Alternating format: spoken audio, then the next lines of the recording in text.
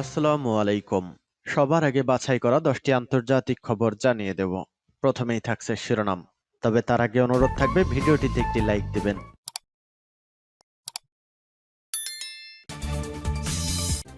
হামাসের ১৩৫ দিনের যুদ্ধবিরতির প্রস্তাব ফাঁস।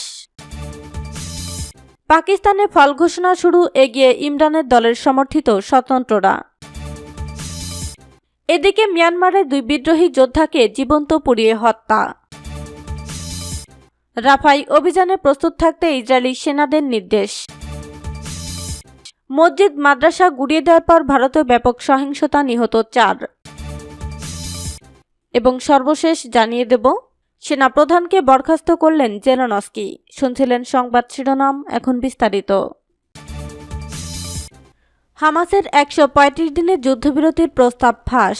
ফ্রান্সের রাজধানী প্যারিসে গত সপ্তাহে যুক্তরাষ্ট্র, মিশর, ইসরায়েলের গোয়েন্দা প্রধান এবং কাতারের প্রধানমন্ত্রী বৈঠকে বসেন। সেখানে গাজায় যুদ্ধবিরতি নিয়ে আলোচনা করেন তারা। ওই আলোচনায় গাজায় ইসরায়েলের হামলা বন্ধ এবং জিম্মিদের মুক্তির একটি কাঠামো তৈরি করেন তারা। এরপর সেটি পাঠানো হয় হামাসের কাছে।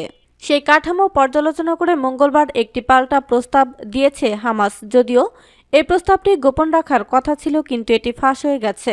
বুধবার বার্তা সংস্থা রয়টার্স সেই প্রস্তাবটি প্রকাশ করেছে। এতে হামাস 3 ধাপের বিরতির কথা রয়েছে। 3টি ধাপ শেষ হওয়ার পর স্থায়ী যুদ্ধবিরতির প্রস্তাব দিয়েছে তারা। আর এই 3টি ধাপের প্রত্যেকটির মেয়াদ হবে 45 দিন, অর্থাৎ সব মিলে 135 দিনের যুদ্ধবিরতি হবে। এরপর আলোচনার মাধ্যমে এটি স্থায়ী যুদ্ধবিরতিতে রূপ নেবে। আর এই সময়ের মধ্যে সব জীবিত মৃত সব জিম্মিকে মুক্তি দেবে হামাস। গাজার পুনর্গঠনে কাজ শুরু হবে। সব ইসরায়েলি সেনাকে প্রত্যাহার করে নেওয়া হবে এবং মরদেহ আদান প্রদান করা হবে। হামাসের প্রস্তাবে বলা আছে, প্রথম ধাপে তারা সব নারী, বৃদ্ধ, অসুস্থ এবং 19 বছরের নিচে সব পুরুষকে মুক্তি দেবে। দ্বিতীয় ধাপে সব পুরুষ জিম্মিকে মুক্তি দেওয়া হবে এবং তৃতীয় ধাপে মৃতদেহ ফেরত দেওয়া হবে। তৃতীয় ধাপ শেষ স্থায়ীভাবে যুদ্ধবন্ধে 2 পক্ষই সম্মত হবে। হামাস দাবি করেছে, এই যুদ্ধবিরতি চলাকালীন ইসরায়েলকে 1500 বন্দীকে মুক্তি দিতে হবে, যার 1/3 হবে যাবজ্জীবন সাজাপ্রাপ্ত ফিলিস্তিনি।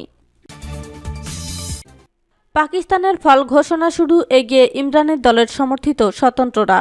পাকিস্তানে জাতীয় নির্বাচনে ভোট গ্রহণ শেষ হয়েছে বৃহস্পতিবার। শেষ হওয়ার প্রায় 12 ঘন্টা পর ফলাফল ঘোষণা শুরু হয়েছে। দীর্ঘ এই সময় ধরে ফলাফল ঘোষণা না করা বা ফল সম্পর্কে স্পষ্ট করে কিছু জানা না যাওয়ার প্রশ্ন উঠেছিল। শুক্রবার যদিও ফল ঘোষণা শুরুর পর পাকিস্তানের সাবেক প্রধানমন্ত্রী ইমরান খানের পাকিস্তান তেহরিক ইনসাফ সমর্থিত স্বতন্ত্র প্রার্থীরা এগিয়ে রয়েছেন বলে দেখা যাচ্ছে, খবর এএফপির। প্রতিবেদনে বলা হয়েছে, কারাগারে বন্দী সাবেক প্রধানমন্ত্রী ইমরান খানের দলের সঙ্গে যুক্ত স্বতন্ত্র প্রার্থীরা পাকিস্তানের নির্বাচনে এগিয়ে রয়েছেন। প্রতিবেদনে আরও বলা হয়েছে, ইমরান খানের পাকিস্তান তেহরিক ইনসাফকে দল হিসেবে বৃহস্পতিবারের নির্বাচনে প্রতিদ্বন্দ্বিতা করতে দেওয়া হয়নি। এমনকি তাদের নির্বাচনী প্রতীকও ছিনিয়ে নেওয়া হয়েছিল। আর তাই ইমরানের দলের প্রার্থীরা স্বতন্ত্র প্রার্থী হিসেবে নির্বাচনে প্রতিদ্বন্দ্বিতা করেন। পাকিস্তানের স্থানীয় টিভি চ্যানেলগুলোতে অনানুষ্ঠানিক ফলে স্বতন্ত্র প্রার্থীরা বেশিরভাগ নির্বাচনী এলাকায় এগিয়ে রয়েছেন বলে দেখানো হয়েছে। এর মধ্যে ইমরানের দলের মনোনয়ন দেওয়া ডজনখানেক অভিষিক্ত প্রার্থীও রয়েছেন। বৃহস্পতিবার বিকাল 5টায় ভোট গ্রহণ শেষ হওয়ার পর গণনা শুরু হয়। স্থানীয় সংবাদ মাধ্যমগুলোর খবর অনুযায়ী 125 আসনে এগিয়ে রয়েছেন ইমরান খানের প্রার্থীরা। প্রতিদ্বন্দ্বী নওয়াজ শরীফের পিএমএলএন প্রার্থীরা এগিয়ে মাত্র 44 আসনে। আর বিলাওয়াল ভুট্টো জারদারির পাকিস্তান পিপলস পার্টি এগিয়ে মাত্র 28 আসনে। 336 আসনে পাকিস্তানের পার্লামেন্টে সরকার গঠনের জন্য প্রয়োজন 169 আসন। মিয়ানমারের 2 বিদ্রোহী যোদ্ধাকে জীবন্ত পুড়িয়ে হত্যা। মিয়ানমারের ম্যাগোয়ে অঞ্চলে সামরিক জান্তাবিরোধী 2 বিদ্রোহী যোদ্ধাকে প্রকাশ্যে পুড়িয়ে হত্যা করা হয়েছে। ঘটনাটি প্রায় 3 মাস আগে ঘটলেও জান্তা বাহিনী ও বিদ্রোহী গোষ্ঠীগুলোর মধ্যে চলমান সংঘাতের মধ্যে বিষয়টি প্রকাশ্যে এসেছে। মঙ্গলবার এই নৃশংস অপরাধের ভিডিও সামাজিক যোগাযোগ মাধ্যমে ছড়িয়ে পড়ে। বিষয়টি নিয়ে চলমান উত্তেজনা আরও বেড়ে যেতে পারে বলে ধারণা করছেন অনেকে। এ নিয়ে প্রতিবেদন প্রকাশ করেছে মিয়ানমারের সংবাদ মাধ্যম দ্য ইরাবতী। সেখানে প্রকাশিত ভিডিওতে দেখা যায় 20 বছরের কোঠায় 2 তরুণ যোদ্ধাকে প্রথমে একটি গাছে ঝুলিয়ে দেওয়া হয়। এরপর তাদের শরীরে আগুন ধরিয়ে জীবন্ত পুড়িয়ে হত্যা করা হয়। আগুন পোড়ানোর আগে 2 যুবককে স্বীকার করতে বাধ্য করা হয় যে তারা স্থানীয় পিপলসের ডিফেন্স ফোর্সের সদস্য। সেনাবাহিনী তাদের মুখ দিয়ে স্বীকার করতে বাধ্য করে বলে যে তারা কুকুর। উল্লেখ্য, মিয়ানমারের অনেক বেসামরিক নাগরিক সামরিক জান্তার সেনাদেরকে মিলিটারি ডগস বলে ডাকেন। যারা ওই দুই বিদ্রোহীকে পিডিএফের সদস্য বলে স্বীকারোক্তি দিতে বাধ্য করেন তাদের মধ্যে কয়েকজনের পরনে সেনাবাহিনীর ইউনিফর্ম ছিল, অন্যরা ছিল সাদা পোশাকে। তাদেরকে ঘটনার সময় ওই দুই যুবককে ঘিরে দাঁড়িয়ে থাকতে দেখা যায়। জীবন্ত পুড়িয়ে মারার আগে ওই দুই তরুণকে তাদের নির্যাতন করা হয়েছে বলে ভিডিওতে প্রমাণ পাওয়া গেছে। তাদের গুরুতর জখম ও রক্তাক্ত অবস্থায় দেখা যায়। ওই তরুণদের হাতে পায়ে লোহার শিকল বেঁধে একটি গাছের দিকে টেনে নিয়ে যাওয়া হয়। রাফায় অভিযানে প্রস্তুত থাকতে ইসরায়েলি সেনাদের নির্দেশ।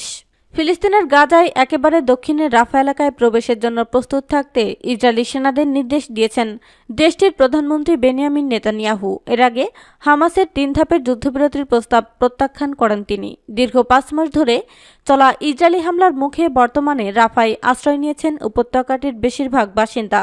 নেতানিয়াহু এমন সময় এ নির্দেশ দিলেন যখন গতকাল বৃহস্পতিবার মিশরের রাজধানী কায়রোর নতুন এক যুদ্ধবিরতি চুক্তি নিয়ে আলোচনায় বসার কথা ছিল ইসরায়েল ও ফিলিস্তিনের স্বাধীনতাকামী সংগঠন হামাসের। যুদ্ধবিরতি ও জিম্মি মুক্তির এই চুক্তি নিয়ে বেশ কয়েকদিনে ধরে আলোচনা চলছিল। ইসরায়েল এই চুক্তির প্রস্তাবে সায় দিয়েছিল যুক্তরাষ্ট্রের পররাষ্ট্রমন্ত্রী অ্যান্টনি ব্লিনকেন। মধ্যপ্রাচ্যে সফরে যাওয়ার পর চুক্তির প্রস্তাব নিয়ে নিজেদের দাবিগুলো জানিয়েছে হামাস। ওই দাবিগুলোকে উদ্ভট আখ্যা দেওয়ার পরেই রাফায় অভিযান চালানোর প্রস্তুতির নির্দেশ দিলে বেনিয়ামিন নেতানিয়াহু। গত বুধবার টেলিভিশনে দেয়া বক্তব্যে ইসরায়েলের প্রধানমন্ত্রী বলেন তিনি সামরিক বাহিনীকে রাফায় অভিযান চালানোর নির্দেশ দিয়েছেন। আশা করছেন আসন্ন মাসগুলোই পুরোপুরি জয় পাবেন তারা। যুদ্ধবিরতি নিয়ে হামাসের দাবির বিষয়ে তার ভাষ্য, আমরা হামাসের যেসব উদ্ভট দাবির কথা শুনেছি সেগুলো শুধুই আরেকটি হত্যাযজ্ঞ ডেকে আনবে। তবে হামাসের দাবির পরও যুদ্ধবিরতি চুক্তি নিয়ে আশাবাদী মধ্যপ্রাচ্যে সফররত অ্যান্টনি ব্লিনকেন।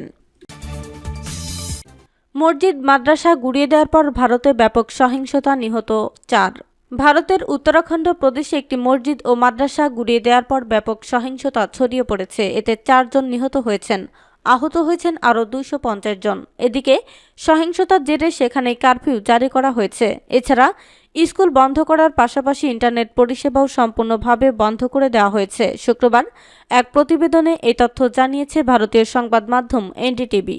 প্রতিবেদনে বলা হয়েছে উত্তরাখণ্ডের হলদওয়ানিতে একটি অবৈধ মাদ্রাসা সংলগ্ন মসজিদ ভেঙে ফেলার পর ব্যাপক সহিংসতায় 4 জন নিহত এবং আরও 250 আহত হয়েছেন।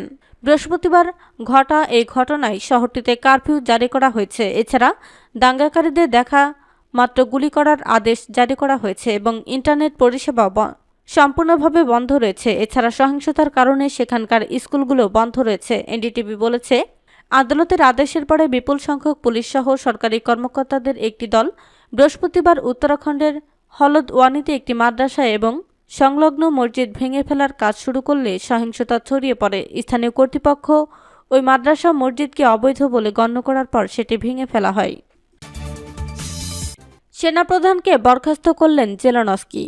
ইউক্রেনের সেনাপ্রধান জেনারেল ভ্যালেজি জালুঝনিকে বরখাস্ত করেছেন দেশটির প্রেসিডেন্ট ভলোদিমির জেলেনস্কি। বৃহস্পতিবার জনপ্রিয় এই জেনারেলকে বরখাস্তের ঘোষণা দিলেন তিনি। ব্রিটিশ সংবাদ মাধ্যম বিবিসি এ খবর দিয়ে জানিয়েছে, জেলেনস্কি ও জালুঝনির বিরোধ নিয়ে কয়েকদিন ধরেই বিভিন্ন খবর প্রকাশিত হচ্ছিল।